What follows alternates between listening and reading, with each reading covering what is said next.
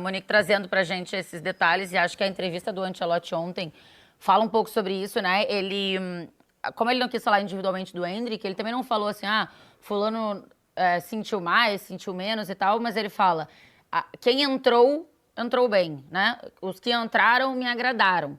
Então eu acho que a gente tem algo para ter ideia do que ele vai fazer para o próximo jogo. E aí a gente está aqui com a arte da escalação que começou o jogo ontem da Seleção Brasileira como titular, com o Ibanhas na direita, com o Douglas Santos na esquerda, e aí com o Vini lá mais aberto, o Paquetá mais aberto aqui da direita, Vini e Rafinha estavam um pouco mais próximos, né? E com o Igor Thiago como camisa 9. E depois ele foi alterando. Inclusive, Beckler, queria que você falasse um pouquinho sobre o início do jogo. Aliás, antes disso, VS, você tem um bastidor? Só porque eu prometi aqui. Não, só que a escalação da seleção estava sempre vazando e ontem não vazou, né? Isso é um bastidor interessante. Ontem essa escalação não vazou antes do jogo, né? Eu acho que tem a ver com o momento que o Mister revela a escalação para os jogadores. Tá? Porque eu também ali conversa com um, conversa com outro. Eu estava na porta do estádio junto com o VS horas antes de abrirem os portões. A gente estava lá a partir de 1h da tarde. Saímos daqui meio-dia e tal. 1h da tarde o jogo era 6. Então a gente estava ali, conversa com um, conversa com outro. E parece que teve uma mudança do horário que os jogadores saberiam. Porque estava vazando via esse caminho aí. Pois é, vamos entender nos próximos jogos aí o que vai fazer o Ancelotti e se vai fazer a escalação nos próximos jogos, que é outro ponto, né? Ô, Beckler, queria que você explicasse um pouquinho, porque o início de jogo do Brasil, ele passa mais pelas escolhas do Ancelotti ou ele passa muito pelos atletas, por muito domínio errado, por muito passe errado, por muita bola recebida de costas, enfim. Aquele início assustador, ele tem mais a ver com a escalação ou mais a ver com os caras terem sentido? Dentro de um jogo de adultos, né? Ele estava claramente, mais do que errar, ele estava claramente sentindo a atmosfera onde ele estava, né? Porque, assim, o que aconteceu no começo do jogo, ele tomar drible a 3x2, ele perdeu uma bola, parecia que era um adulto jogando contra a criança. Então, assim, acho que nós erramos em achar que o Ibanhas estava preparado para este jogo, né? Pelo menos para esse jogo, me pareceu que ele estava mais do que errar. Acho que ele sentiu o jogo.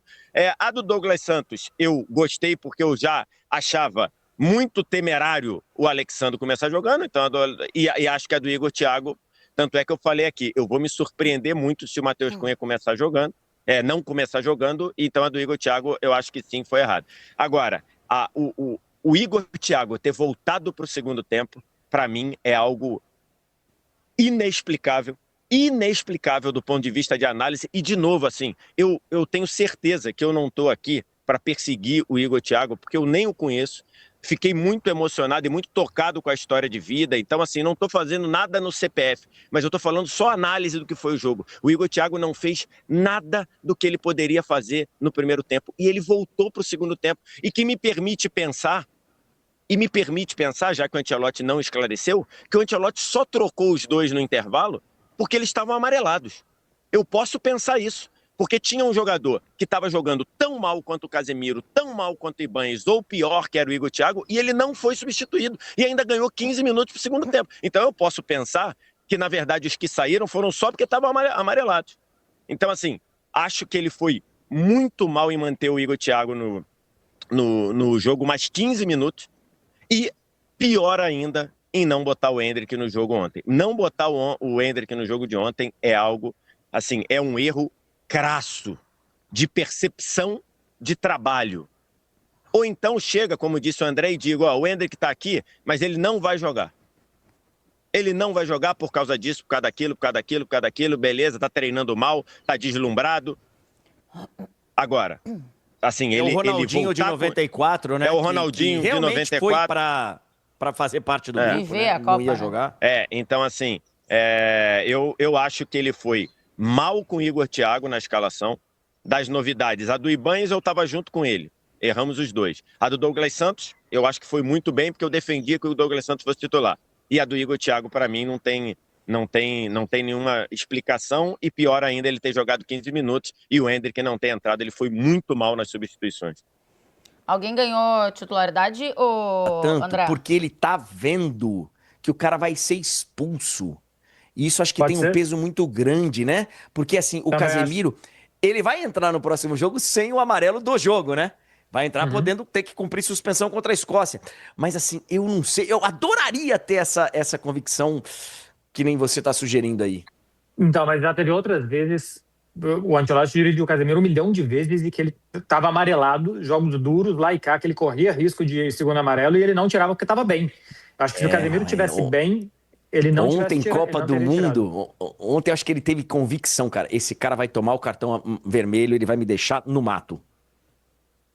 E aí, sobre as outras mudanças, eu sei que a gente já passou sobre Endrick, mas voltando na pergunta que você me fez, Tainá, porque eu pensei melhor, mas assim, só um ponto. O time melhora mais ou menos depois dos 30 do primeiro tempo, com 4-3-3 e um centroavante. Ele faz 2 trocas no intervalo e aí acho que ele quer ver um tempo a mais se aquilo ali vai funcionar de novo. Sim. Chega, dá 15 minutos, não funciona, ele volta para o 4-2-4, para o 4-4-2, com Cunha e com o Luiz Henrique. Então, acho que manter o Igor Thiago era manter o esquema. Era manter, bom, o nosso plano era esse daqui, vamos ver se agora com as correções se esse plano vai dar certo ou não. E depois ele faz de novo a troca para voltar para o 4-4-2. Tem algumas pessoas participando junto com a gente aqui, alguma coisa de opiniões questionáveis, por exemplo, ao Casemiro, mas muita crítica ao Rafinha, críticas, obviamente, ao Igor Thiago e a escolha também do Ancelotti. Tipo, o Jean Carlos botou aqui, ó, Igor Thiago, Rafinha e Casemiro, era menos 13 em campo. No fim, ontem, acho que nada funcionou, né? Mas eu quero ouvir o Alisson sobre o primeiro gol que a seleção brasileira... O único gol que a seleção brasileira toma, que é o momento que a seleção... Foi uma coisa meio assustadora, daí deu algo de acalmada, que a gente teve a chance com o Igor Thiago, e aí a gente toma o gol do Saibari numa bela bola do Brahim Dias. Então, Alisson, fala pra nós. Quem você acha que falhou? Dá pra dizer que você falhou? Dá pra dizer que os zagueiros falharam? É uma falha coletiva? Quem falhou pra sair aquele gol da seleção marroquina? Muitas falhas, né? Perdemos a bola num lugar que não deveríamos perder. Acho que depois uma sucessão de erros, de movimentação de todo mundo, acho que todo mundo acabou ficando fora de posição. Também tem a qualidade do último passe do Dias, a finalização do atacante. Com certeza foi uma falha coletiva e pontos individuais, mas isso a gente trabalha como equipe, ninguém tem a responsabilidade aqui é compartilhada, então vamos trabalhar como equipe para corrigir esses erros. Professor? Por que o senhor demorou tanto para fazer as substituições?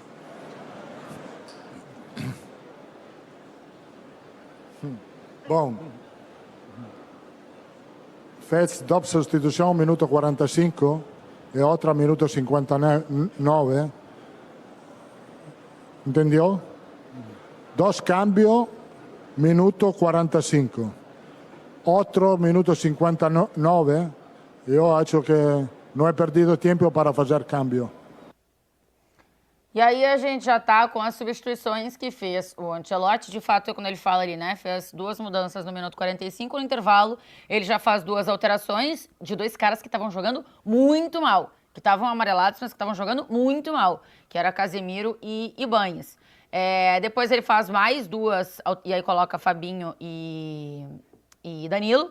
Depois ele faz mais 2 substituições. E aí vem com o Luiz Henrique e com o Matheus Cunha, tira o Paquetá e o Igor Thiago. E isso com 15 minutos mais ou menos do segundo tempo. E aí a última já falta 10 minutos para o jogo acabar. Teoricamente, né? Porque tiveram 10 de acréscimo até. Mas aos 34 do segundo tempo, ele tira o Bruno Guimarães e coloca o Danilo Santos. O VS, a escalação, acho que para a grande maioria não fez sentido. As mudanças fizeram sentido? As mudanças melhoraram a seleção brasileira? Alguma sim, outra não? E alguém você acha que ganhou titularidade, inclusive, a partir do jogo de ontem? Que entrou durante o jogo? Vamos lá. Eu tento aqui na minha vida, como comentarista, né? Que muita gente acha que meu trabalho é só falar eu tento ser coerente. Então eu não posso criticar o Ancelotti por ter escalado o Ibañez se eu achava que o Ibañez deveria começar jogando. Eu e ele erramos, né? Eu foi e mal, ele né? erramos.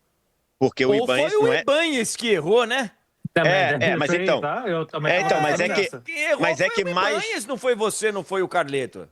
Mas mais do que errou, o Ibanez parecia que era um adolescente dentro de um jogo de... Foi muita gente errando para sair o gol da seleção marroquina?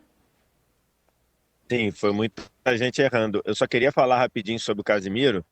Cara, o Casemiro ontem, ele parecia que estava anestesiado, cara. Ele parecia que ele estava, assim, parecia que ele estava alheio ao jogo. Eu acho que foi mais do que jogar mal. Ele estava lento, ele estava apático. Não é o Casemiro que a gente conhece. Então, acho que é muito pior do que só jogar mal, né? Ontem nós falamos aqui, e eu também concordava com o André, que era bem factível, ou bem, estava muito no debate tirar o Casemiro, mas que o Ancelotti não faria. E a partida do Casemiro, o primeiro tempo do Casemiro, ele parecia que estava anestesiado. Ele parecia que, sabe quando uma pessoa está passando algum problema e toma algum calmante, e você claramente vê que a pessoa não está... Ele parecia estar assim.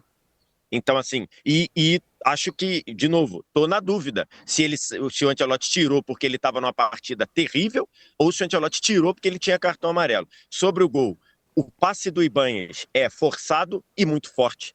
O Paquetá não domina uma bola que era possível dominar, que se espera que um jogador da categoria dele domine. O Casemiro é jantado pela movimentação do Brahim Dias, jantado. O Gabriel Magalhães toma um susto quando o Saibari sai nas costas dele e o Alisson está no meio do caminho entre ficar no gol ou sair para rachar. Então, é sim uma falha coletiva, é uma falha de pelo menos 5 aí. Você pode botar no percentual 25 para um pouquinho menos para outro, mas esses 5 falharam ali. O Gabriel Magalhães estava olhando para o ontem e tomou um nó do Saibari.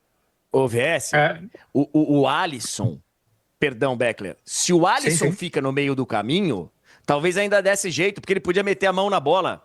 Ele passa da metade do caminho, ele sai da área sem resolver, que foi algo que o Bono, por exemplo, fez no final do jogo, quando aquela bola recuada, o Rafinha tenta chegar antes, e o Bono sai, chega nela e sai uma semana depois do Rafinha e chega na frente e dá um bico nela.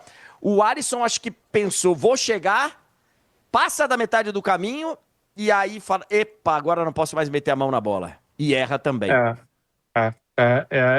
Ele deveria ter ficado na marca do pênalti, né? Ele era o único que estava vendo o lance de frente, então... Ou chega na frente do cara. Ou chega antes, que era impossível, né? Assim, ele calcula mal se daria para chegar ou não e é isso, e fica ali. Eu acho que o susto do Gabriel Magalhães vem tentar corrigir a saída do Douglas Santos para caçar no meio do nada também, né? E que porque fica o Brahim no meio do caminho, o ponta-direita. O Brahim é o ponta-direita. No que o Brahim vem para o círculo central para receber a bola, o Douglas Santos fala, vou atrás dele e deixo a lateral órfã, ou fico na lateral esquerda, que é o meu lugar. Ele demora para sair, ele fica na dúvida, porque o Casemiro também estava tentando fechar o passe no Saibari. Aí você pega o principal jogador de Marrocos, o mais técnico, domina no círculo central. Com essa dúvida que gerou ali, futebol meio segundo de dúvida, é o suficiente para ele não era nem do Casemiro, nem do Douglas Santos naquele momento.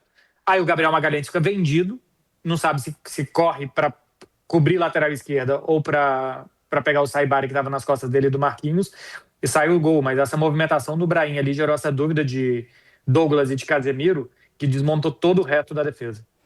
Eu acho que o Douglas, ele dá a mesma coisa que vocês disseram em relação ao Alisson, né?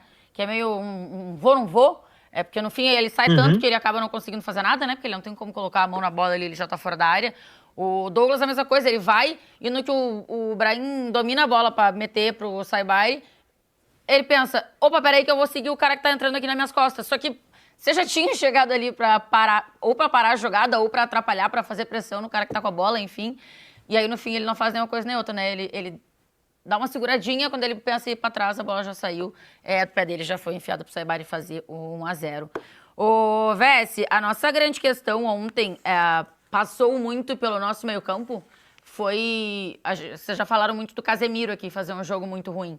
Mas o início do jogo do Paquetá também é ruim. O início do jogo do Bruno Guimarães também é ruim. Acho que os três ali tiveram, principalmente os três, Acho que o Brasil inteiro.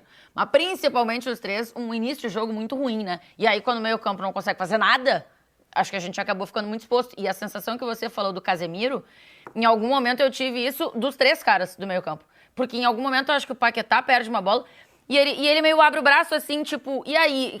Porque a sensação que dava, pra quem acho que já fez qualquer esporte, assim, e tá ali e nada tá dando certo, você fala, cara, hoje não vai. Só que, porra, não dá pra você ter essa sensação e ficar anestesiado desse jeito, assustado de alguma forma desse jeito e largar a mão do jogo. Praticamente, esse medo que a gente tinha, do que a gente tá vendo na tela, de ser 4 lá na frente, um buraco, 2, outro buraco e 4, isso daí aconteceu. Marrocos em pim-pam-pum, 3 toquinhos, fazia ali uma parede, né? Alguém fazia um pivô, recebia a bola, tocava de lado para desfazer aquela primeira linha e ia vencendo a marcação do Brasil. Tem coisa tática, mas eu acho que o mental foi pior ainda.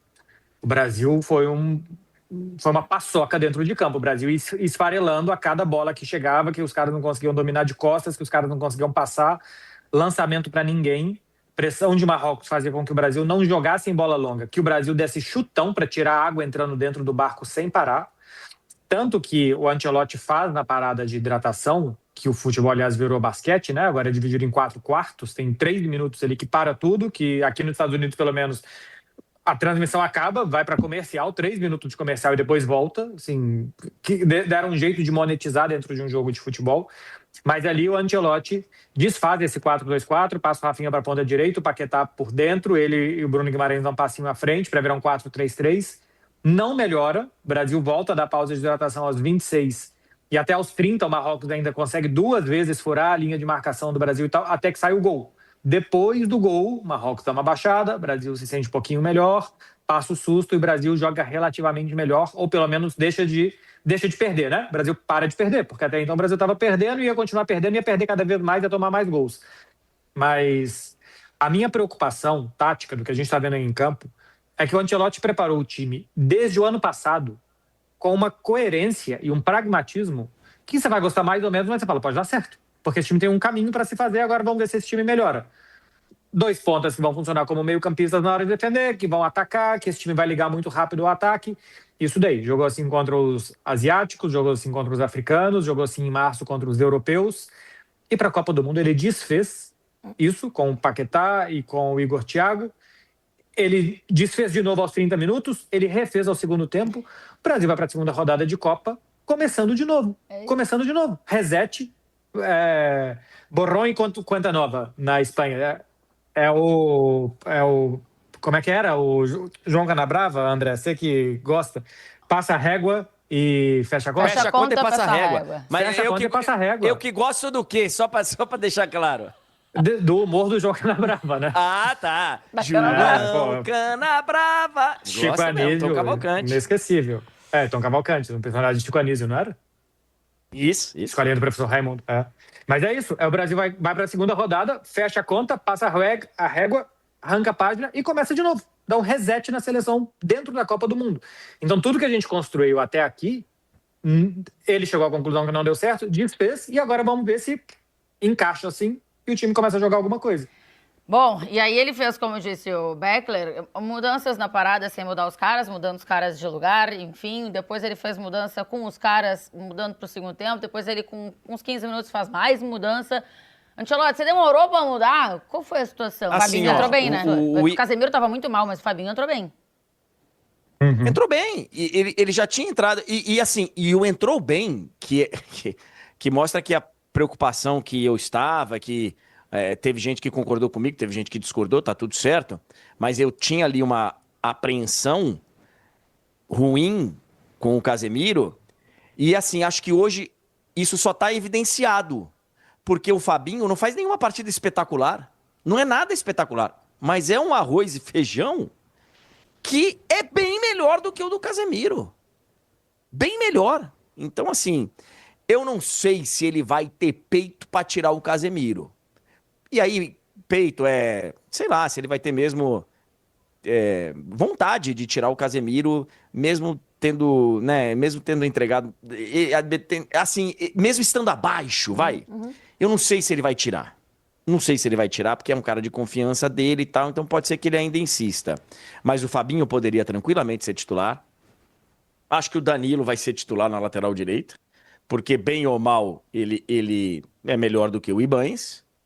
É melhor. E aí eu lembro do Beckler falando, pô, a convocação foi errada, tinha que ter um lateral ali, porque, ó, tal. Quando cortou o Wesley? A convocação no caso do... Quando no cortou o caso Wesley. a convocação do Ederson, Então, assim, e acho que o Igor Thiago perde. Não sei se vai perder pro Matheus Cunha, mas o Igor Thiago, ele perde a condição dele. Porque o Igor Thiago, ele tá ali pra meter aquela bola do 9, né? Não é? Aquela Fazer de cabeça que ele recebeu ali. e passou, né? Raspando. Ele não acerta a bola. Gente, o 9, o goleador da Premier e tal, que entra lá pra dar umas trombadas e fazer o gol, ele não acerta a bola.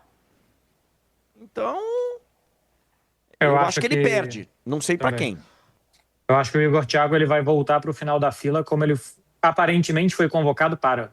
Ele foi convocado para, nada deu certo, 40 do segundo tempo, bota um grandalhão para ver o que acontece lá na frente. Ou você transforma um zagueiro em atacante, ou você coloca um cara que fez 20 gols na Premier League jogando ou a corridas ou a trombadas, né? As duas coisas que o Brentford jogava, era correr e trombar, e o Igor Thiago faz as duas coisas muito bem. O resto que seja combinar um jogo de futebol, ele tem mais dificuldade de tocar bola, participar aqui e ali. Eu acho que o Matheus Cunha vai ganhar titularidade, o Danilo também. Eu gostei da saída do Casemiro, porque me leva a pensar que o Ancelotti não vai se casar com alguém, ele não vai dar a mãozinha e vai com esse cara até o final, por mais que seja o Casemiro. E sobre a não entrada do Endrick... Não sei, Becklerzinho, não sei, cara. Sabe, eu queria tanto concordar com você, mas o cartão amarelo pra mim, Beckler, pesa tanto, porque ele tá vendo... Né? Você tem que achar alternativa, você tem que entender o que tá acontecendo, enfim, pra se achar. E parece que demorou pro meio-campo da seleção conseguir se achar, né? Durante esse momento, eu fiz um tweet clamando pela parada técnica, né? Uhum. Eu fiz um tweet falando, cara, o Brasil precisa da parada técnica para se aliviar. E não deu tempo, né? Porque o gol sai antes da parada técnica. Não deu tempo para a parada técnica salvar a seleção brasileira. Até ali, a partida do Paquetá era um 100% de erro. O Paquetá tinha errado tudo. Ele tinha acertado uma caneta, vamos ser justos, Vessi. Ele tinha dado uma caneta no cara, né? Acho que no comecinho do jogo. Mas enfim... mas foi a única, 98%. Mas depois ele acertando, inclusive esse lance que ele dá uma parada ali, que você fica assim, o que foi? Foi falta? Ou parou o jogo? Porque ele dá uma... Enfim, o Paquetá melhora no jogo quando ele vai pro lado esquerdo, jogando nesse tripé de meio campo ali pelo lado esquerdo, ele deu uma melhorada. Então, assim, o Paquetá também poderia ter sido substituído na parada técnica, tá? É que o Ancelotti não ia fazer e tudo, mas o Paquetá também poderia ter sido substituído, tamanha ruim. Acho que assim, até a parada técnica tem uma partida terrível do Ibañez, terrível do Casemiro, terrível do Paquetá, terrível do Igor Thiago e uma partida completamente inócua do Rafinha. Completamente inócua do Rafinha.